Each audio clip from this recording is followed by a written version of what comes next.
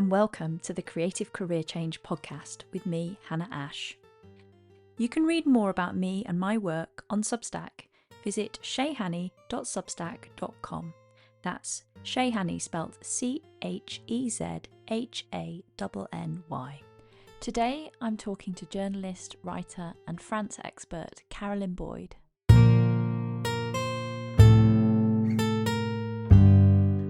I am so excited to welcome Carolyn Boyd to the Creative Career Change podcast. I've followed Carolyn's work for a while now, and when I discovered recently that she'd made a career shift in the past, I knew that I had to reach out to see if she would come and chat, and here she is. So huge welcome, Carolyn. Hi, Hannah. Thanks for having me. Can we start with you introducing yourself and telling us a bit about what you do now in your work? Yeah, so the headline, I suppose, is writer, food and travel, specialising in France. And then I have a part-time role working for the Roux family, chefs, doing the PR and communications for their competition for young chefs. It's called the Roux Scholarship. That keeps me really busy over the winter and in the spring. And then more recently, I've written a book called Amuse Bouche, How to Eat Your Way Around France. And then that's led to doing tours and talks. So sort of more playing on the expertise rather than the writing. So yeah, it's a crazy portfolio of things. Which we love here on Creative Career Change. Yes. Lots of people I chat to are like that. And I'm so interested. And I think lots of the listeners are really interested in the fact that careers are not necessarily one thing anymore, and there's a lot of excitement to be had from, well, and a lot of chaos sometimes, I think. Chaos and variety. Exactly that. So can you talk to us about how you came to this career and what the kind of original starting point as a career was, and how you got to that? Because I know that you made a change quite a few years ago now, and 10 years ago, yeah. 10 was it 10 years 10 ago? years ago, Yes, because yeah. that's how I found out about Instagram. it, isn't it? You posted on Instagram. Okay. Yeah, and you said it was your 10-year anniversary since leaving that role. So talk to us about that role and how you kind of found yourself there. So I always wanted to be a journalist, always loved I loved writing, but I loved the idea of crafting magazines and publications. So I'm a real font geek. I love photos, I love design. So magazines for me were like just everything. I used to read smash hits from cover to cover, looking at who the bylines were. And I still recognise the bylines when I see people now. It's just like, oh, they were smash hits. And so I went to uni because the University of East Anglia had a really good student newspaper. So I worked on Concrete, which is what it's called, because the whole university is made from a lot of concrete. And but I was studying French and European culture and society. So it's funny that my sort of current career actually brings together those two things, even though that was like a long time ago. 30 years ago. So I left uni and then I went traveling and came back after a year and was like, oh, I'm not giving that up. I love that and I love writing about travel. So I got a job in some travel magazines, and then I went to Metro as a sub-editor and did some cool stuff, lots more travel, launched the Dublin edition of Metro. And then came back to London, and then I saw the job as editor of France magazine come up, and I was kind of getting a bit, having been in Dublin for 5 months, you shouldn't say I was tired of London, because that means you're tired of life, isn't it? But I was finding London quite hard because a lot of my friends had left to go to other things, so I was starting to get quite lonely again, because I'd been quite lonely when I first moved there because I didn't know that many people. But so I saw this job in Cheltenham and I thought, I'll go for that. So I got that job on France magazine as the editor, and that sort of brought together my degree again. And my French was so rusty at that point because I hadn't used it for like 6 years. So that came back, and then I stayed there for 9.5 years. I absolutely loved it. It was just the best job for a while until it wasn't. And what was the thing that made it not be the best job anymore? And what kind of then led into that transition to going into a freelance career? Yeah, so the company that owned it owned loads of different specialist magazines, and so it was quite an eclectic mix, and so but they wanted to kind of have this one size fit all approach, which to my creative brain like was quite an anathema. And then I think what's happening to magazines now, it was kind of the beginning of the sadly downward curve for magazines. And it all just got centralized, that they restructured the team. So I was sort of editor in name only. I didn't have I didn't have as much creative control over any of it. And I was just miserable. It was so sad because I had loved it so much, and I had such a good bunch of contributors. I loved my team. And then it just slowly it was like death by a thousand cuts, like cut here, cut there. And it was just heartbreaking because I'd built this up over 100 issues. Like I joined just before the 100th issue, and I left about a few months after the 200th issue. Right. And it was monthly in the UK and then bi-monthly in North America. So I was putting out like 18 issues a year with a team of like 4. I mean, wow. good teams now. I know what we managed and it was still really good quality. It won lots of awards, and I was so proud of it. I loved it, and then it just wasn't right for me. My daughter had just started school, and so juggling that. I think when you're shelling out loads of money for nursery, you think, oh my God, it's so expensive. But then when they go to school, you're like, oh, that's what I was paying for. Like basically 8 till 5, and fed, taken care of, and then suddenly they're at school and you're like, oh, all right, they finish at 3. You're like, and my son was still at nursery, so it was untenable, and I was just so miserable. I think that's what I put on the Instagram that you put. I was just driving to work every day after dropping the kids off, just in tears, like just miserable. And I had to sort of pull myself together before I went in the office. It was just a really, really horrible time. And a lot of my friends who'd already left were really supportive. They were kind of like, they hadn't had such a brutal time in leaving, but they sort of understood why I needed to go as well. But I just didn't know what I was going to do, because there's no other magazines in Cheltenham. Like, I didn't want to commute to Bristol because that's where the nearest next place was, Bristol or Bath, because I had to pick up my daughter at school and my son at nursery. And what I actually did was I put on loads of post-it notes in around the kitchen, like all the things that mattered to me. Not kind of, I was pitching a book at the time about French drinks, and that didn't really pan out, but I sort of put that I wanted to do that, and I put that I wanted to have a day off with my son because I'd been working full time up to that point, and just before he went to school, have sort of 18 months before he went to school. And then the most important one I put on was work with brilliant people, because I wasn't really feeling very inspired by not people, matter, because they were just intercutting. It was not. People. I can imagine it, and I've heard lots of stories like this where, especially in print journalism, where the team is just being cut and cut and cut. So actually, you have not just no brilliant people. There just aren't really any people. I guess is the problem. Yeah, exactly. So I put work with brilliant people, and it's really funny. It's still above my desk because I still have that as like my mantra.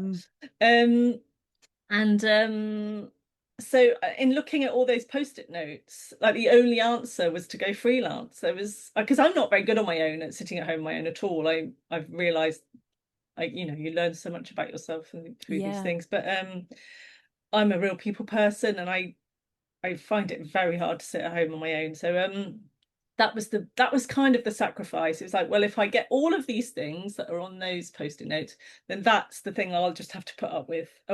Like not knowing where the money's coming from. That was kind of but my husband was like, I've got faith in you. Why haven't you got faith in yourself? So that was really good. And then after I'd said I was leaving, but no one else knew, I got talking to an editor from Lonely Planet at a French tourism event, and a few weeks later she emailed me. She said, we're looking for someone to do this book, the French version of this series we're doing called From the Source.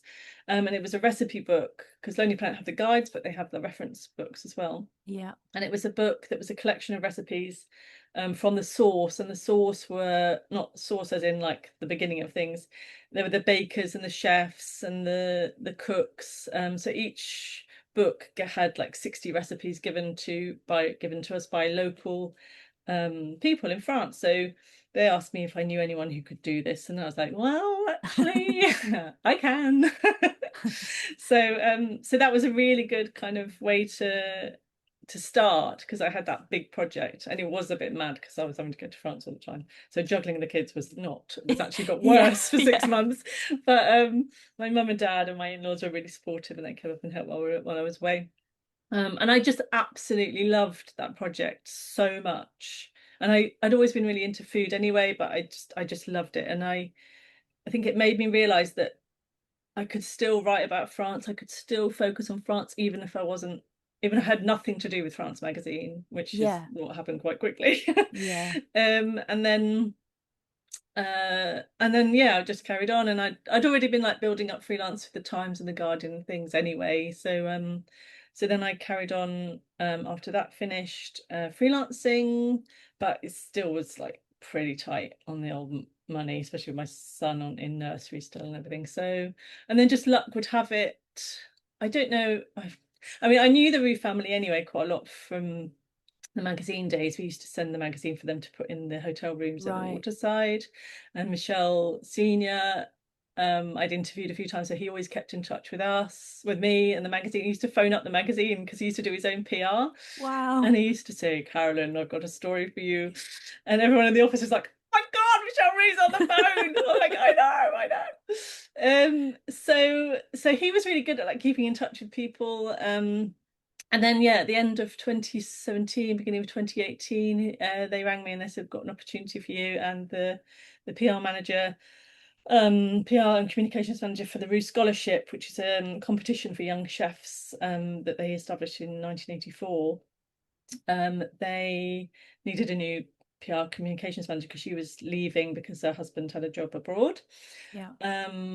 So I was like, well, perfect, because it was kind of half of the year. Well, it's sort of autumn to spring. So I could still do writing at the same time in the summer. And it's just been a really great combination. And they are the loveliest people to work for. I've just completely landed on my feet. And I think the conclusion is like, when you're not available, opportunities don't come to you, but when you're available, people know. And that was exactly the case for them. Well, we know she's gone freelance, we know she's I don't know how busy she is, but that was it. We know you can do this job, so do you want it? Yeah. So, yes.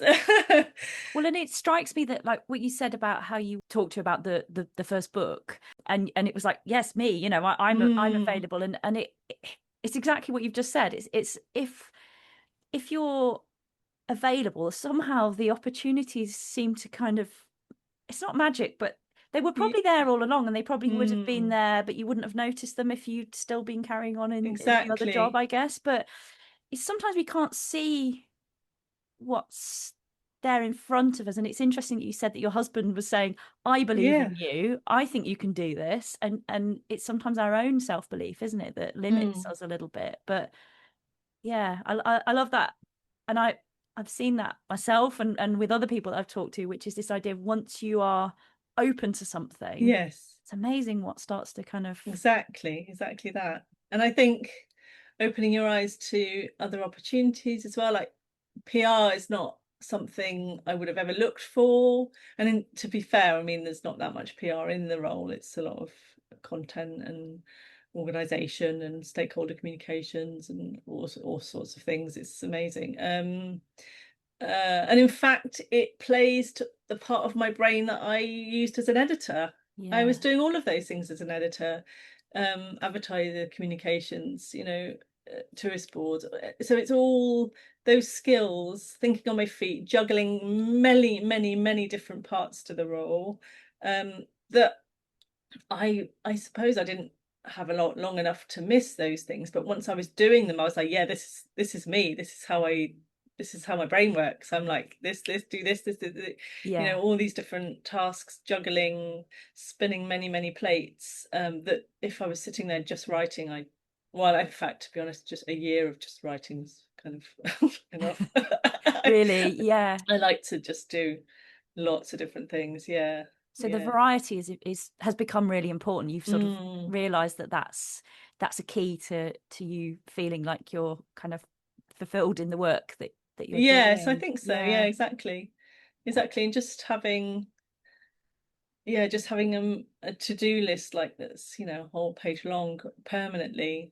Yeah. Do you thrive on that? I Yeah. do, I think Yeah. so. Yeah, but I'm quite quiet at the moment, and I'm like, all right, what am I gonna do now? Yeah, it's good to be busy. I mean, I like being busy, so Yeah. I think that's the brilliant thing about that role is just that it's really full on between kind of February and April. It's full time, can't do really anything else. And then which doesn't really work very well with selling stories about France, but that's the only downside. But I was just about to ask that. How does, because that's quite unusual for a freelancer in a way to, I suppose what's more common sometimes is people that have sort of part-time work that carries on, throughout the year. But this seems like it's very a big chunk of time of all, and then not a lot of nothing. that. Yeah, yeah. So how do you manage your It's quite other intense. work around it? Um, well, I can't, there's little slots, there's tiny little slots where I can maybe do one story, or I'll just work really, really long days. So because then in the summer holidays I'm off with the kids a bit more, and I can kind of justify really long days, especially like February, March. I mean, it's miserable outside. Like you may as well just be working really hard. So I'll work evenings to try and keep the freelance plate spinning, and weekends. And then in the day, just dedicate the days to the re-scholarship and doing all of that to kind of keep it separate. Do you worry that if you stop doing lots of the writing for publications, that I'm sure they wouldn't forget about you completely, but Well, but I is think that they is that have. a worry as a writer, as a Yeah, journalist? I think that is definitely happening now that the magazines I've been writing for in the last few years have closed, and Mm, so the opportunities for writing any travel features are just getting smaller and smaller and right. smaller. And then just not, like, I'll come across like a brilliant story that I'm creating the picture in my head, and there's just no time to pitch it. It's just I can't. And then I see someone else has written it, and it'll just be like quite crushing to be like, Yeah. I had that story as well. But on the whole, I think I'm moving towards doing other things anyway, so it's taking up less of my time actually. But, I mean, I really do like writing articles and things, but the fees are like the same as they Yeah. were 15 years ago, and they're just the competition for it. Like it's just so hard. So Yeah. And I was going to ask you about this. I suppose this is a personal question from me. And as a reader of lots of your, I'm an avid Francophile. I go to France a yay. lot, and and I love your book, which we'll perhaps come on to in a second. But I often see the things that you've written in the news, like in the Guardian in particular, I think are the Mm. ones that I see quite a lot. And I often wonder, like, whether how much you're pitching something to them that you think is this is a great take, or whether how much they're saying to you, Carolyn, can you write this particular thing? They come to a whole bunch of us for like quite short things. Like I Right. did a little thing about beachside restaurants recently, and that was just like Yeah. 150 words. So they do a lot of that, but otherwise, no, you're having to pitch a lot to them. And what's changed since COVID is that there's much less collaboration. So when I was writing a lot for National Geographic Traveller Food magazine, I had a brilliant relationship with Glenn, the editor, and I would pitch like the sort of outline of an idea, and then between us we would come to the conclusion of how it would actually roll out. And that's what's completely gone. And I really thrive on that kind of collaboration. And that's what I'm finding really difficult at the moment, is that there's no collaboration. It's like when I was an editor, if someone pitched me something that was nearly there, I would say, well, that's not right for me. That's not right for us. But what about this? Could you do this? And that Yeah. is just, that doesn't exist. And that's crushing, because that's how I used to work so well. That's a shame, isn't it? Because there's so much expertise that can come from both sides there. There's the editor Yeah. that knows the readership and what the readers are likely to want. And then there's Mm. the expert in the field who has got an interesting story, something to tell. And Yeah. there's a meeting in the middle there, I would have thought, that Yes, you would that ought to think. result in the right thing. Brilliant But stories, yeah. yeah. But no, it just feels like now, especially this year, just pitching in the dark, and it's just so time consuming. And not, maybe 6 times out of 10 you don't get it. So I just feel like, yeah, I need to think about it. I am thinking about other things, because otherwise it's just too difficult.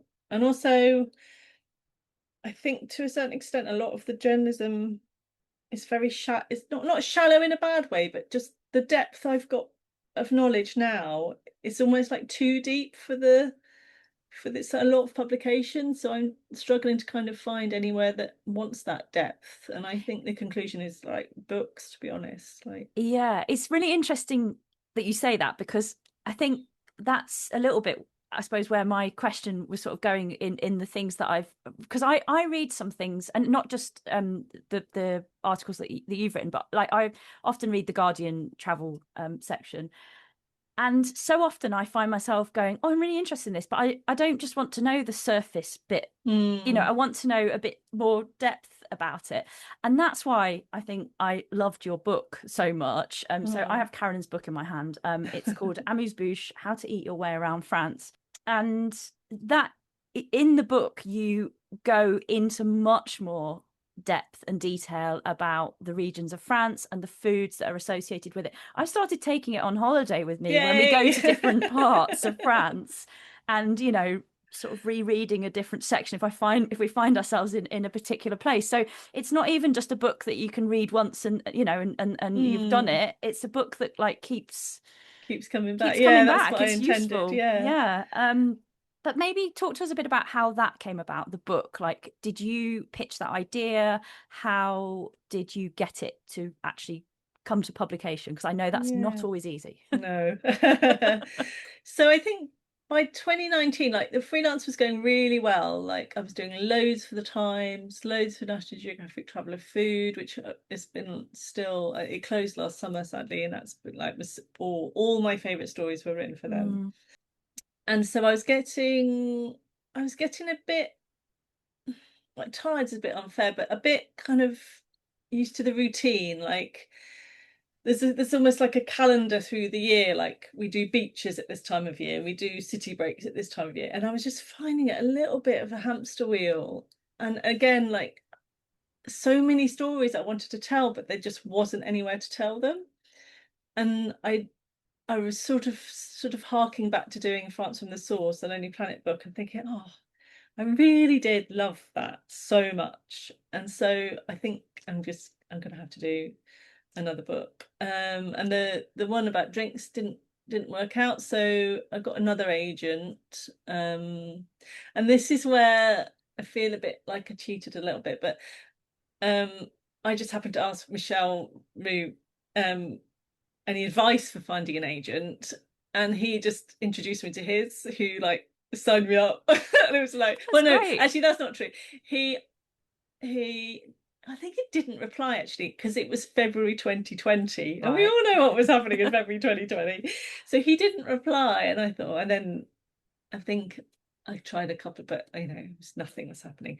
So early 2021, I was waiting for 8 weeks, or like 10 weeks, on another agent who never replied in the end, even though they said they would always reply to everyone within 8 weeks.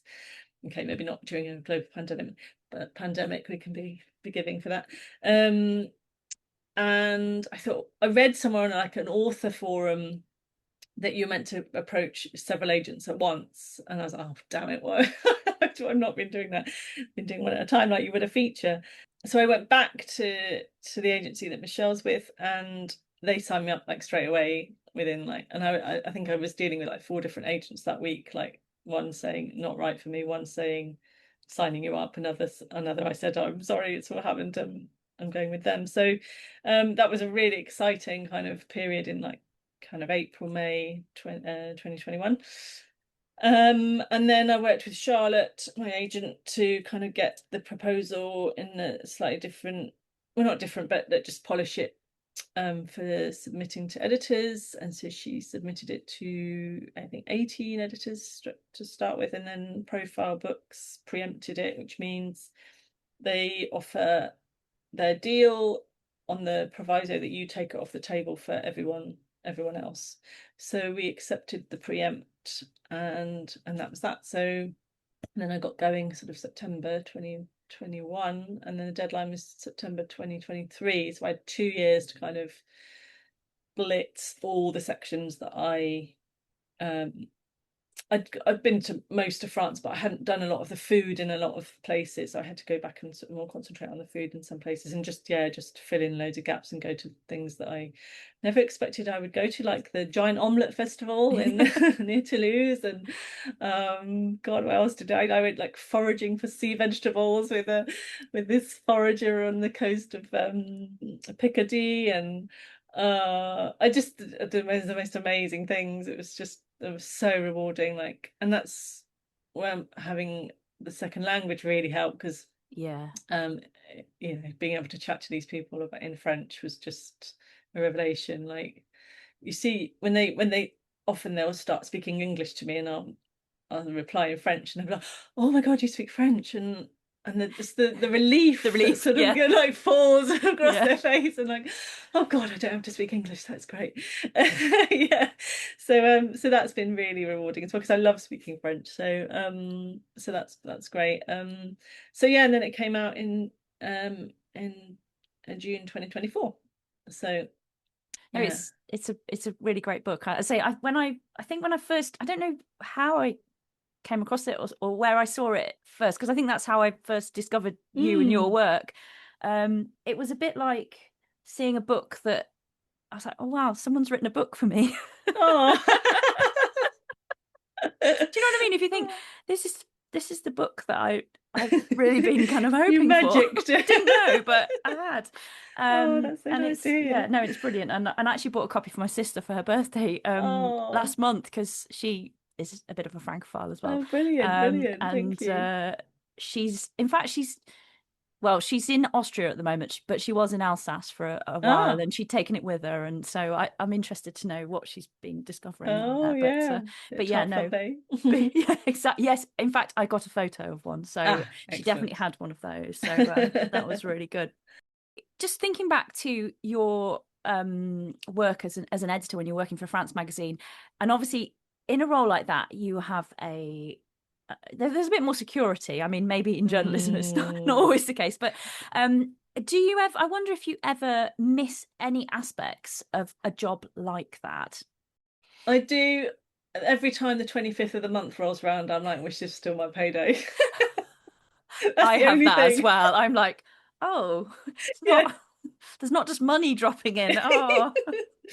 That's the only time I miss it. And I suppose now, just like having the choice to do the stories I want to do, that's the biggest thing, really, because I could just, but in fact I don't know, I let the experts that I knew do the stories that they should do, and I actually ended up doing a lot of things that were just kind of filling in the gaps, like, we haven't done this region for a one, and no one's pitching it, so I'll do that.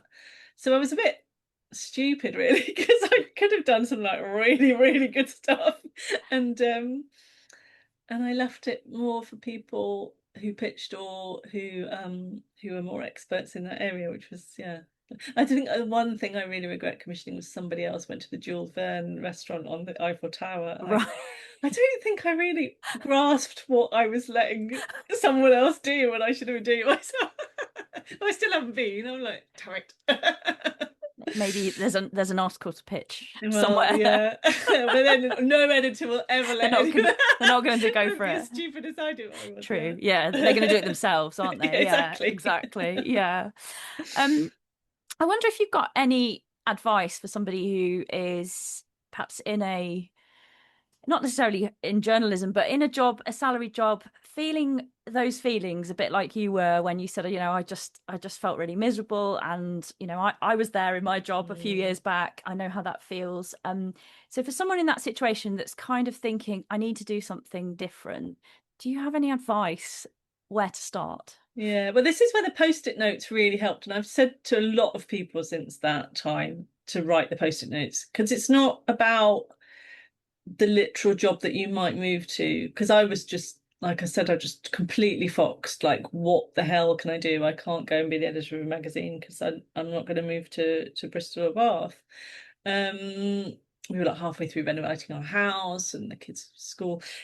So I think that was a really useful exercise to put down what really matters and to sort of understand what you're willing to sacrifice to achieve those things, because it is just so bamboozling sometimes when you're kind of, you might, I just felt completely paralyzed by the situation I was in, like just like completely hopeless. I just didn't know what to do, and so it was really good to just like get it out and get it all around the kitchen. Well, it was on one of the cupboards in the kitchen, and just sit there sometimes just looking at it and thinking like, what what's important there? What can I Yeah. take from all of those things? Because it can be, when you're like really stressed, you just can't think straight. You're just panicking, Yeah. and you're panicking about all sorts of things, like how am I going to pay the bills, and how am I going to look after the kids, and how am I going to do all of these things. And I think to sort of set it out and look at it objectively is like really useful. So yeah, I think I had a couple of friends who'd successfully gone freelance and sort of thought, okay, well, there is a way perhaps to do it. But then yeah, like we were saying, opportunities find you, I think, when you pull the Yeah. plug, when you just go, actually, I'm stopping this now, and I'm just going to see what the universe or what life can bring, or what happens. And also I just think I've kind of adopted it more a lot recently, but you just don't know where you're planting those seeds, like for your garden, your freelance garden, or your career garden to kind of flourish. Like, I never knew all of those times that I was in touch with the Rue family that I would work for them someday, and I had absolutely no idea. Like, what would I be doing for them? I'm not a chef. I'm not. They don't have a PR agency for the restaurant or anything. Like, there was no opportunity that I could see as being obvious for working for contacts like that. So, but you just don't know, do you? You just don't know You what don't know. you're And I putting think out there. sometimes we perhaps undervalue and underestimate the human connections that we've made in Mm. previous work. And it sounds to me, the way you've described the connection with the Rue family, well, they knew what your skills were because they'd worked with you, and they knew you, and they knew Yeah, that kind of what they wanted you. They knew what you were going to bring in for their yeah, organization, even though your job title at that time didn't say PR, or it wasn't yeah. specific. It didn't matter. And I Matter. think it's sometimes, and I love the post-it note idea, because I feel like, as you say, when you're in the thick of that feeling of being unhappy in work, whether it's Mm. feeling burnt out, or whatever the kind of the scenario is, it's really hard to see Mm. logically and think logically about Exactly. what a next step might be. But actually, the idea of just some post-it notes feel quite casual, don't they? In this, oh, Mm. I'll just jot something on that. Oh, and then I'll just do another one the next day. And as and when things come, and I suspect over time you actually had this picture building of, like you say, the things that were really truly Important. important. Mm. Yeah. Yeah, exactly that. And I think we're also a bit conditioned, I certainly was, about certain jobs where you have to be this person to do that job, or you need to have these skills to do this other job. It all very black and white. And of course, the It's world of not like that. work Yeah. world isn't like No, that. no, exactly. And that's the thing I never thought about, like exactly what you said, your personal connections, your personality. And when I went down to see them to talk about the job, Michelle Senior said, well, I know you've got all these connections because you're an editor, and I know you can do this, and I can. And he was sort of listing the tasks as that. He said, but the most important. But he said, but the most important thing is I like your personality. It was just like, oh, it's like someone saying I like your hair, but Yeah. I like your personality. I was like, oh, that's so nice. What a wonderful thing to say to somebody, because Yeah. actually that is really important, isn't it? You know, Mm. if we work with people who we like, and I think you said one of your like goals was to work with brilliant Brilliant people, and people, and that yeah, every day yeah, I'm with them. I'm like, these are my brilliant people. But in fact, I did a freelance job like a month after I left the magazine. I know the editor of the National Trust magazine, so even though it had nothing to do with France, she gave me some pieces to help me get me going as well, which was really kind of because I hadn't really thought of it. Like it's exactly that. Opportunities came to find me because she knew I was available. She knew I was yeah, a good writer. She knew I could do the job. So I went and did a behind the scenes piece of the Antiques Roadshow at a National Trust property in Warwickshire for the National Trust magazine, and the operation of from the people from the BBC, the team from the BBC, and the team from the National Trust. I just stood there all day going, oh my God, they are so efficient. They are so brilliant. Everyone was just, and then I was just like, well, these are my brilliant yeah. people. You It found was just them. like, yeah, like within a month. It was just, I just was in absolute awe of how they all worked and how wonderful and brilliant they were. And then I interviewed Fiona Bruce, and yeah, it was just, that was the day I thought, yeah, I've done the right thing.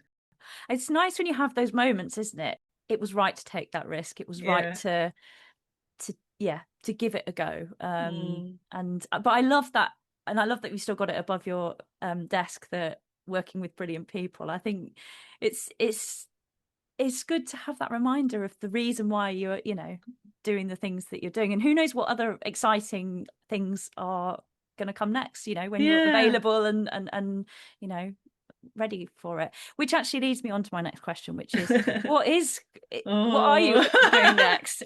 I pitched a book last year which they turned Same. down, which Oh, was kind of crushing.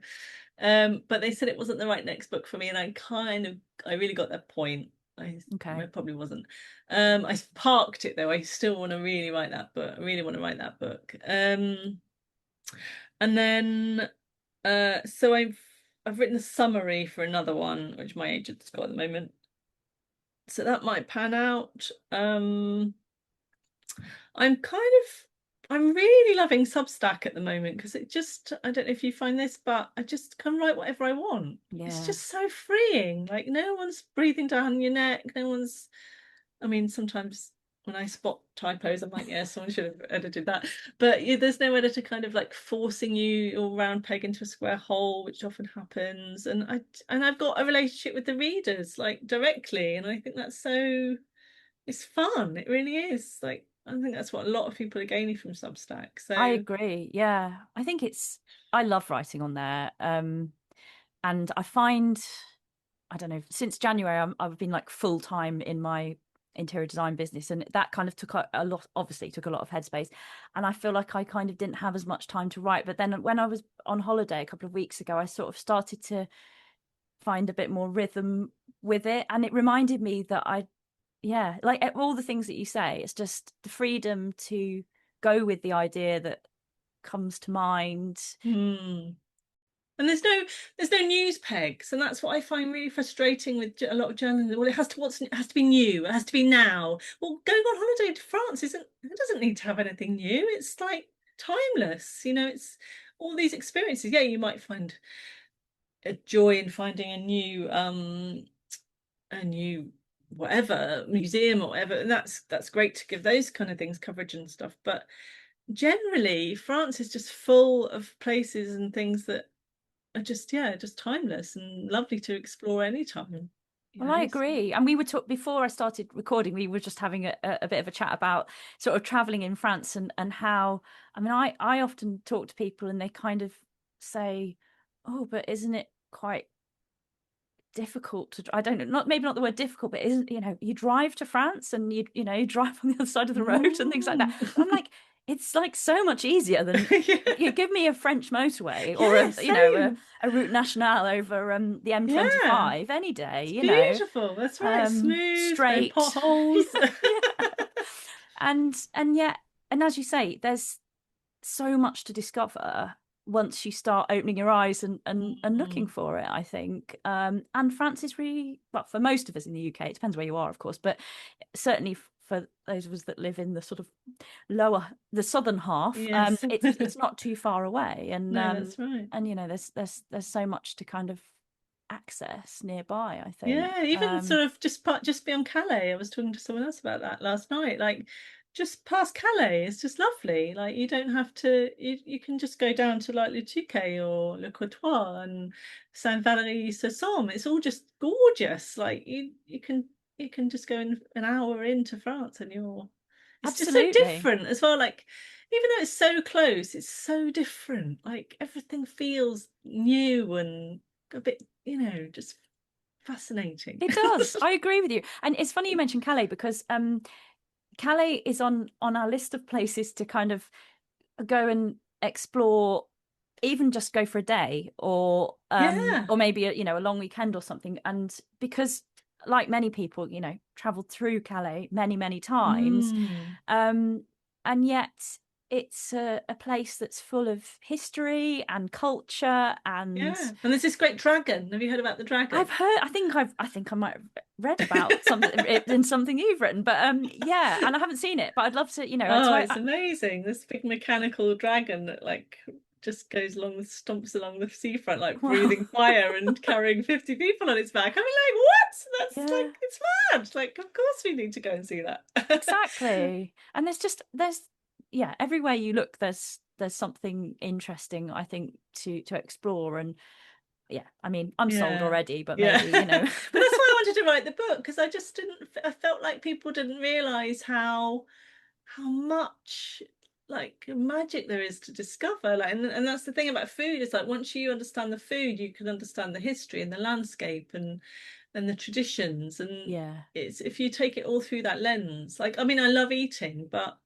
it's still even if I didn't eat anything at all and just lived on chips or something I would still love to know about the food because it you learn so much from it because you just yeah.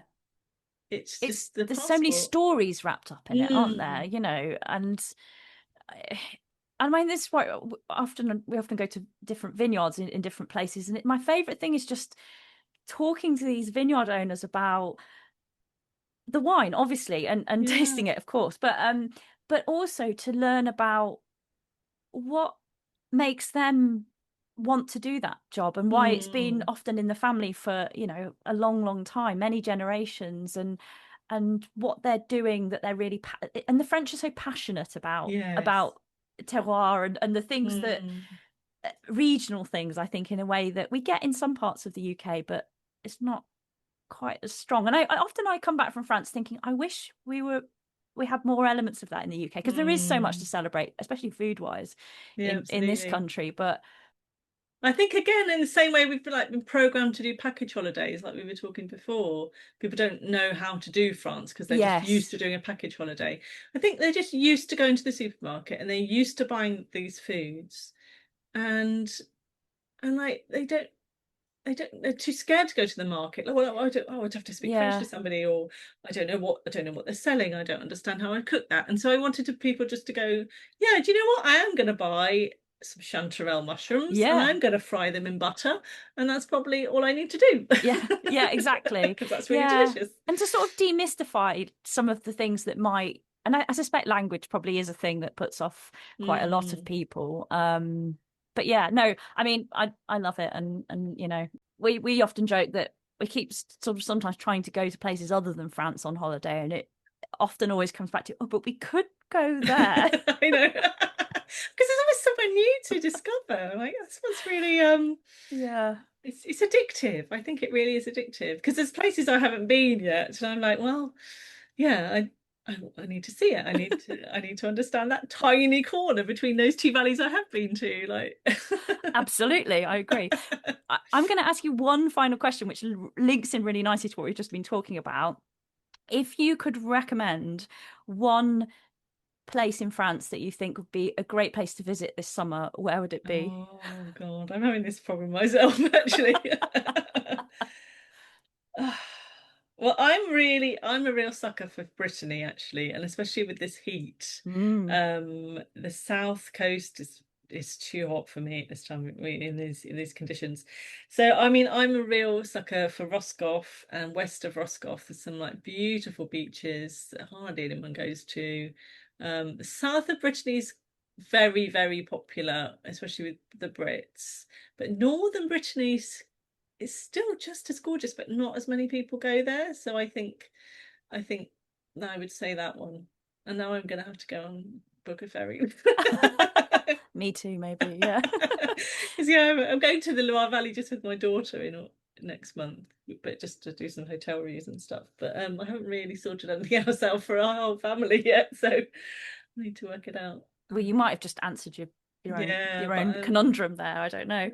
Not if no editors reply to me. Oh yeah, true. Well, Carolyn, thank you so much. And I'm going to post on the Substack page links to your book, Amuse Bouche, How to Eat Your Way Around France, and your Substack newsletter, which is called France Traveller, which you can subscribe to on Substack. But I'll link all of those things in there. And I think you have a website as well, don't you? So I do, yeah. Put just that on there too. Yeah, we'll add a link to that. But thank you so much. I think we could talk about France for a we really long time. But thank you. Oh, no, thank you so much.